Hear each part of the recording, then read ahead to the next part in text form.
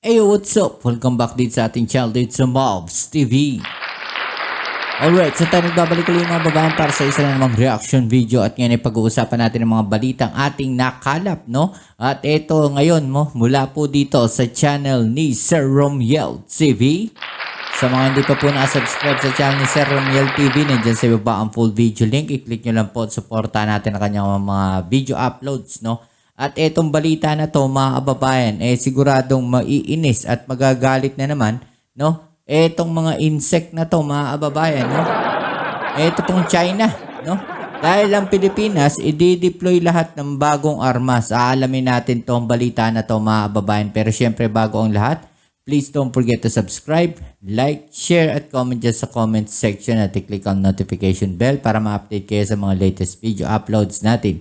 Alright, so wag na natin patagalin. Umpisa na natin to. Let's go. Sir Romiel TV, ay subscribe po.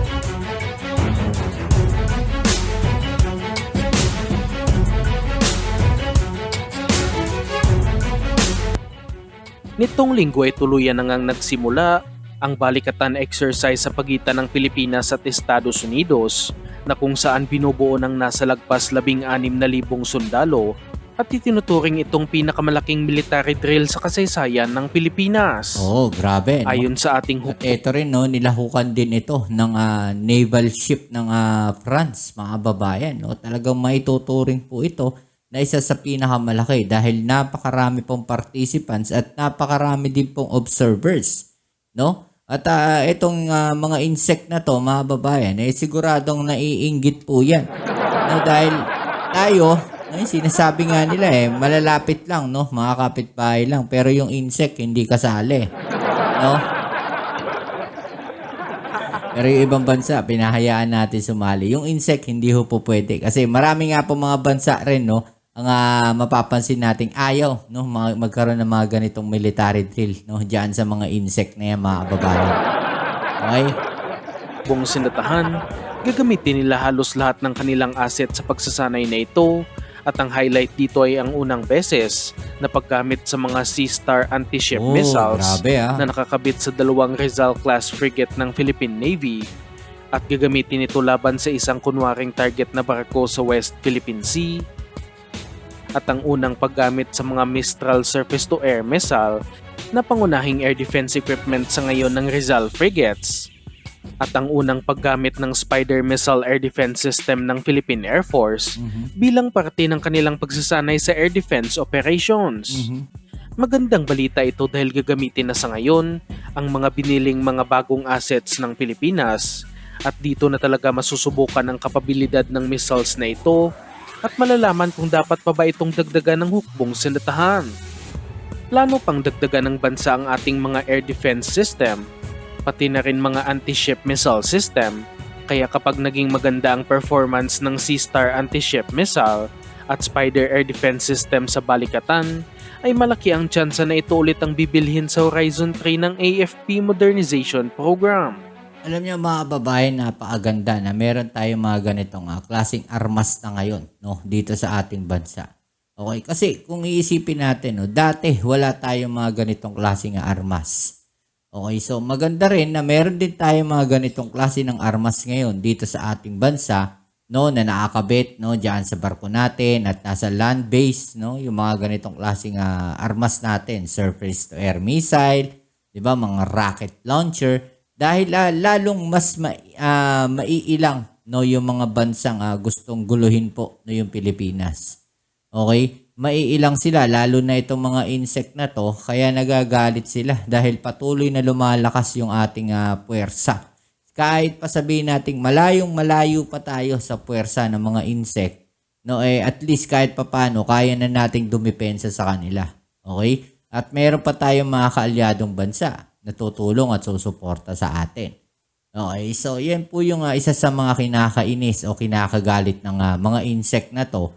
Dahil nakikita nila, no, na patuloy tayong lumalaban, no, lumalakas, 'di ba? Lalo tayong nagpapalakas ng ating puwersang depensa.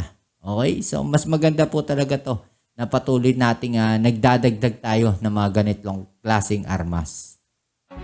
Samantalang ang Estados Unidos naman ay gagamitin nila sa pinakaunang beses ang kanilang mga F-22 Raptor na isang air superiority stealth fighter ng US Air Force at pati na rin ang kauna-unahang deployment ng kanilang Typhoon missile launcher na pinakabagong missile system ng Estados Unidos.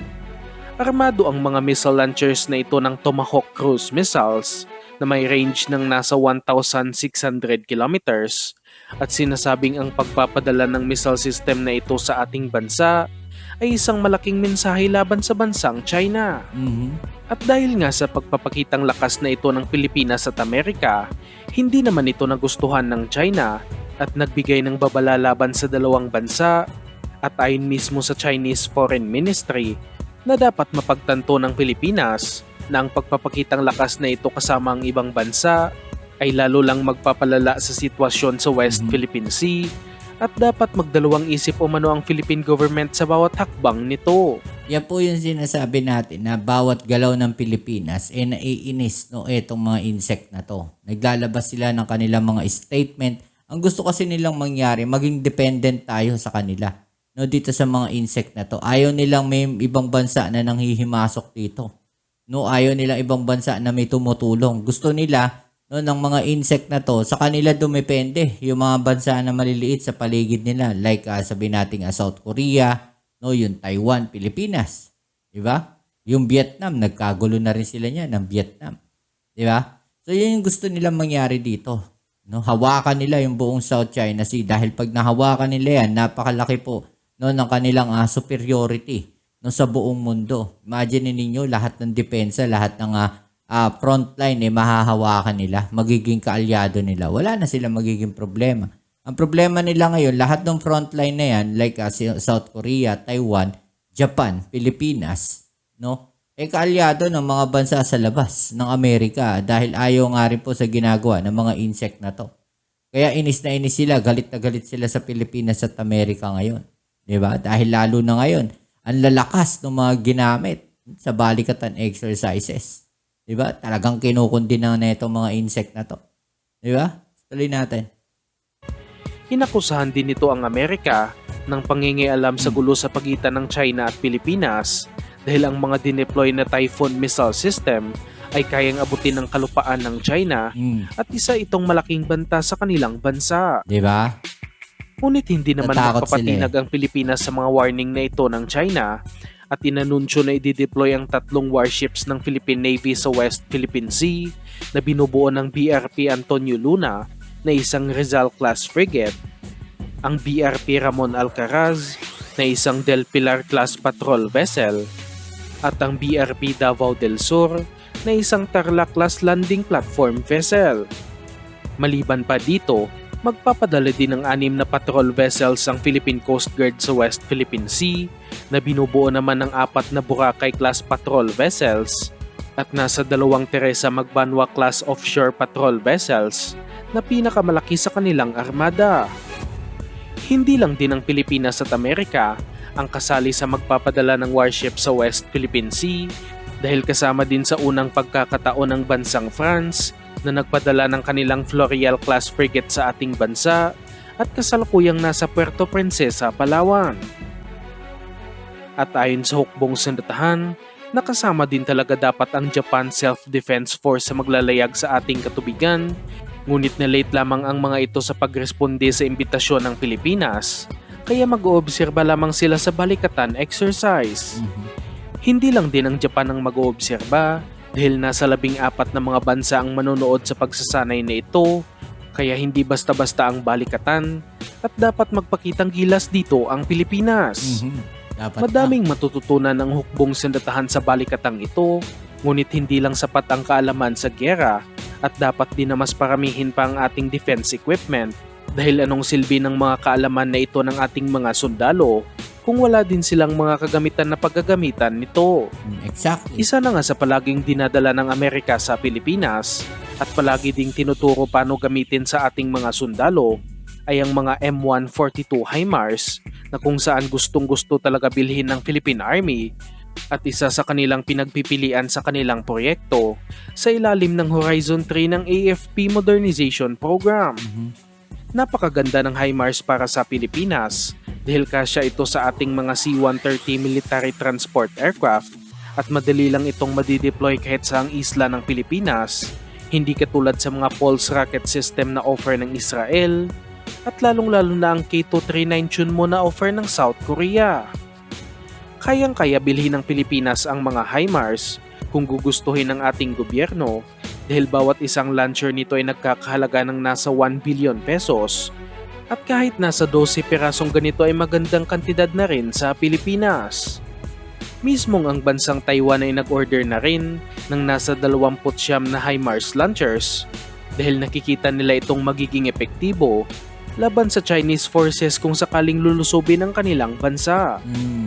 Mas pinaganda na rin ang HIMARS sa ngayon dahil ayon sa Lockheed Martin, kaya na ng HIMARS na tamaan ang mga gumagalaw na target dahil mas in-upgrade pa nila ang mga targeting system nito, pati na rin ang mga missiles na kinakarga sa mga launchers, kaya kung sakaling bibilhin na ito ng Pilipinas, ay pwede ito gamitin laban sa mga warships.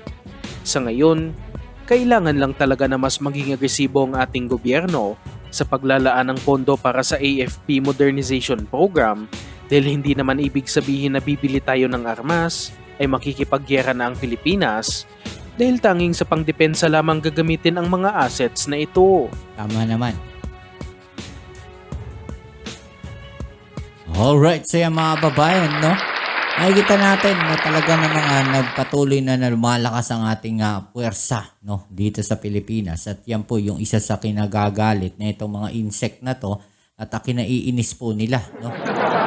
Anong masasabi ninyo dito sa mga balita na to mga babayan? I-comment doon nyo dyan sa ibaba ang inyong mga opinion at atin yung pag-usapan. Alright? So yan muli, maraming salamat sa lahat ng mga patuloy na kasuporta dito sa ating channel. At kung bago ka pa lang, please don't forget to subscribe, like, share, at comment dyan sa comment section. Kita-kits tayo sa ating next video. Ito muli ang inyong Kuya Mops dito sa Mops TV.